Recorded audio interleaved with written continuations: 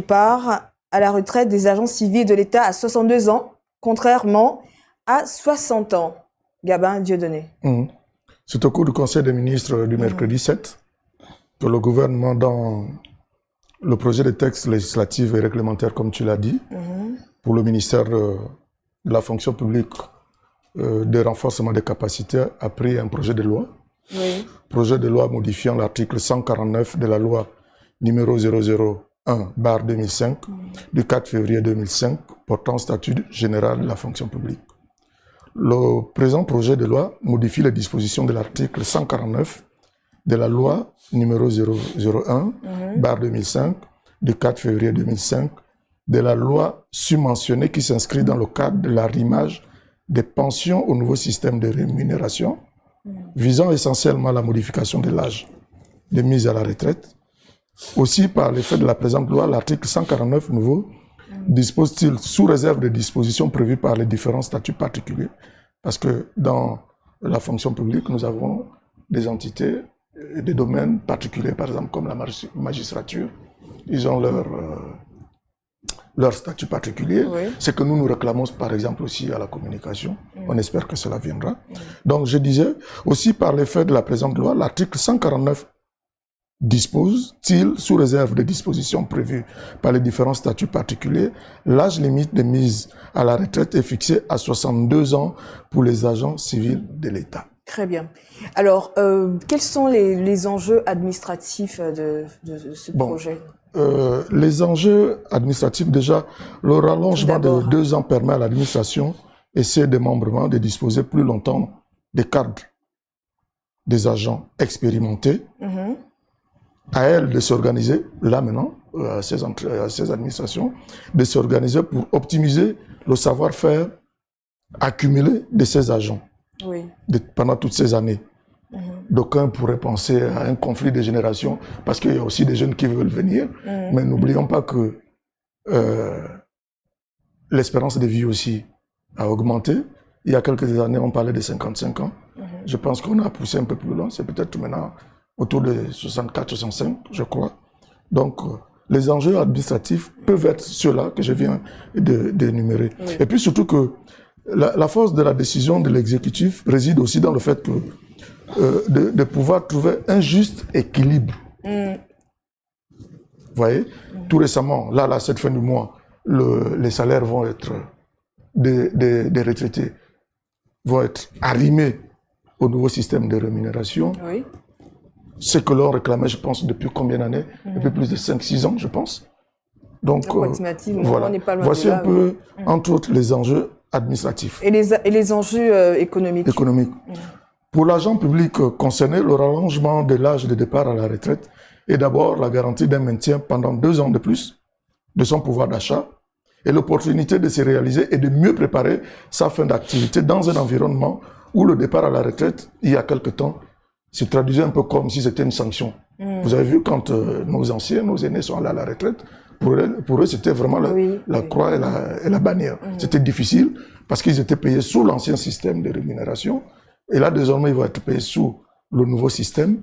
Mais je pense que là aussi, le gouvernement pense que si, avec ceux-là, je ne sais pas, ils sont près de 40 000, si je ne me trompe pas, c'est ça, Dieudonné? Près de 40 000 retraités. Autour de ça, ou 35 000 retraités. S'il faut ajouter d'autres retraités et les payer sous le nouveau système, ça risque de coûter trop cher pour l'État. Donc, il est mieux pour eux de pousser l'âge de la retraite à 2 ans. Le temps d'accumuler des cotisations. Plus on travaille, et plus on cotise. Et donc, l'assiette, à ce niveau, l'assiette de la retraite sera augmentée. Très bien. Fidji. Oui. Lorsque j'entends Gabin parler, moi j'aurais dit qu'on aurait d'abord tenu, avant de repousser l'âge à la retraite, de l'espérance de vie. J'entends Gabin parler. C'est une proposition. Ça peut être rejeté par l'Assemblée qui sera en session extraordinaire avec le Sénat. Oui. Ce n'est qu'un projet. J'entends dire que l'espérance de vie a augmenté chez nous. Ce n'est pas très, très visible dans notre société. Parce que c'est vrai qu'on est de plus en plus mal soignés. On mange mal. Vraiment, toutes les conditions de vie ne sont pas réunies. Donc, on aurait tenu compte d'un certain nombre de critères avant de pouvoir faire tout cela. Lequel, par exemple? Par exemple, faire en sorte qu'on se soigne mieux. Mais Mieux se soigner augmente l'espérance de vie. Si on pense que l'espérance... Ce n'est pas tant une statistique qu'il faut prendre à la légère, l'espérance de vie. Les statisticiens qui l'ont sorti n'ont pas claqué du doigt pour venir la sortir. Ouais, mais monsieur, il y a beaucoup de choses... Beaucoup de choses se disent dans ce pays sans qu'on ne fasse une étude. Non, non, non. Si, il y a des choses qui se disent dans ce pays sans qu'on ne fasse une étude. Donc, sinon, à l'époque, pourquoi on sortirait le chiffre de 55 ans? Le chiffre de 55 ans, oui. Vous pensez qu'on est sorti on l'a sorti depuis combien d'années? Ça tient depuis combien d'années?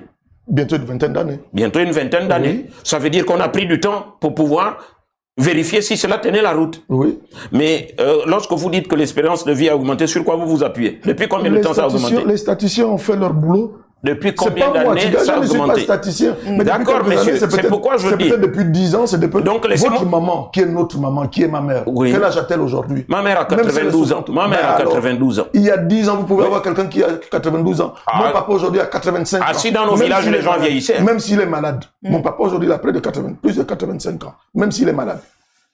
Dans nos villages, les gens vieillissaient. Mais bon. Gabin Atiga aujourd'hui a, je crois, 57 ans. T'as oublié ton âge? Oui, j'oublie, ça peut arriver. J'ai 57 ans. Quand vous me voyez, vous me donnez 57 entre les deux âges, lequel était je n'ai pas mieux comme toi. Je n'ai que seul. Oui, mais monsieur, arrêtez. Hein. Bon. Donc, revenons sur ce que je disais. Revenons à nos mots et mots. Oui, je peux finir avec mon argumentaire. Tu voulais dire? À nos mots et temps. Ah bon? Oui. À nos quoi? À nos mots et temps. On dit pas à nos moutons. Donc, que la sortie un gros mot, c'est... Ouais, c'est ça. Qu'on ne connaît pas. Vous êtes nuls, là. Vous êtes nuls. Donc, je disais, on aurait pu tenir compte de l'espérance de vie avant d'augmenter tout cela. Parce que... Ils ont tenu compte. Il y en a qui peuvent... vous pouvez ne pas bénéficier de votre retraite, mais bon, ça ne va pas arriver à tout le monde. Ça, c'est la première chose. La seconde, c'est vrai que c'est bien. Ça peut permettre à ceux qui n'ont pas pu s'organiser durant... leur période de travail, lorsqu'ils étaient en activité, ça peut leur permettre de rattraper un certain nombre de choses. C'est peut-être une bonne chose.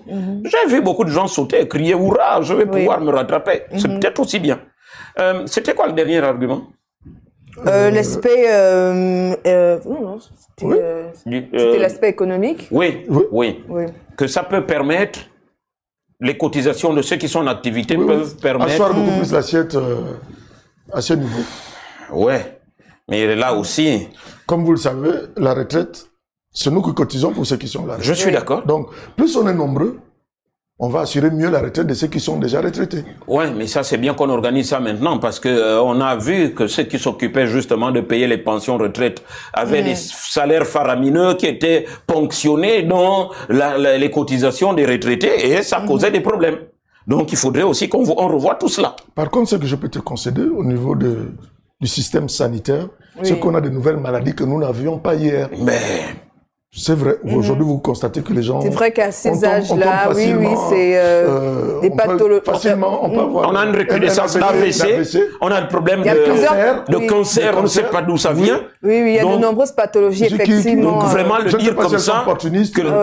Mais il y a quelques années, on n'en avait pas. Donc, dire comme ça que l'espérance de vie a augmenté un peu. Non, l'espérance de vie a augmenté. Je t'ai pris l'exemple de notre mère, je t'ai pris l'exemple de notre père, et je te prends mon exemple à moi. J'ai 37 ans, je peux encore travailler pendant au moins 20 ans si vous me le donnez.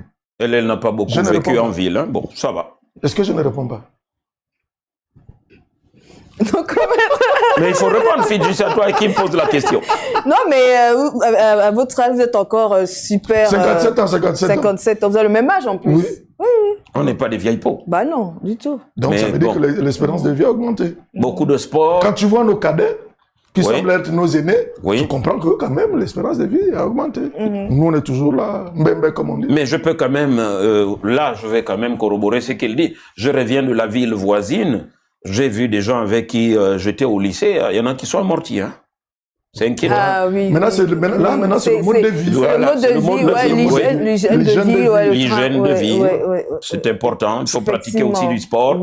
Ça permet justement de savoir quoi manger, se conserver. On espère que la loi va passer. Et puis bon, pour assurer la retraite de tout le monde. Dans les grands pays, vous voyez le bruit, par exemple en France, c'est autour de l'âge de la retraite. Parce que justement, il faut augmenter l'assiette des cotisations. Ce que les Français ne veulent pas.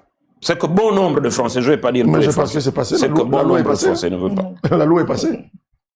Pourquoi le Gabon devrait être en marge? Pourquoi on devrait toujours copier la France? Non, on ne copie pas.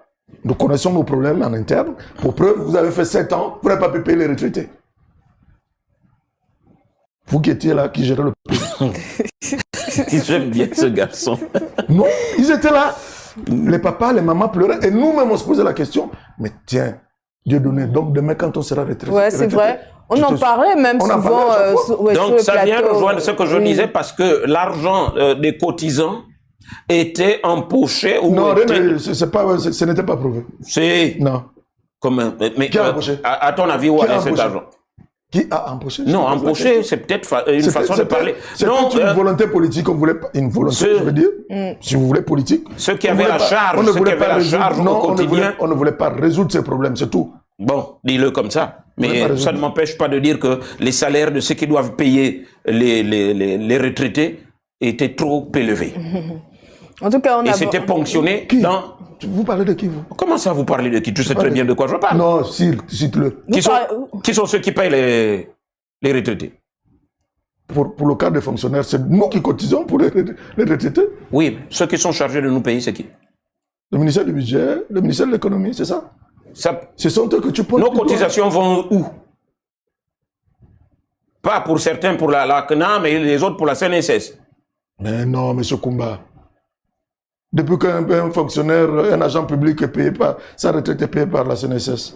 Monsieur, je pose votre retraite est payée par la caisse des pensions et des retraites. Oui. La CNSS, c'est le privé, monsieur. D'accord, mais monsieur, qu'à cela ne tienne, encore que je ne me fourvoie pas là-dedans parce que je posais la question expressement. Et ce genre, non, monsieur, cette caisse de pension dont tu parles, oui. Quel type de salaires sont pratiqués là-bas? Oh, ce sont des fonctionnaires gabonais comme toi et moi, toi aussi Dieu donné. Ouf. Allons à l'essentiel, laissons tomber. D'après toi, ils ont quel salaire? Tout fonctionnaire a le même salaire que toi et moi. Si c'est C, c'est le même salaire. Catégorie C, c'est le même salaire. Si c'est B, c'est le même salaire. Si c'est A, c'est le même salaire.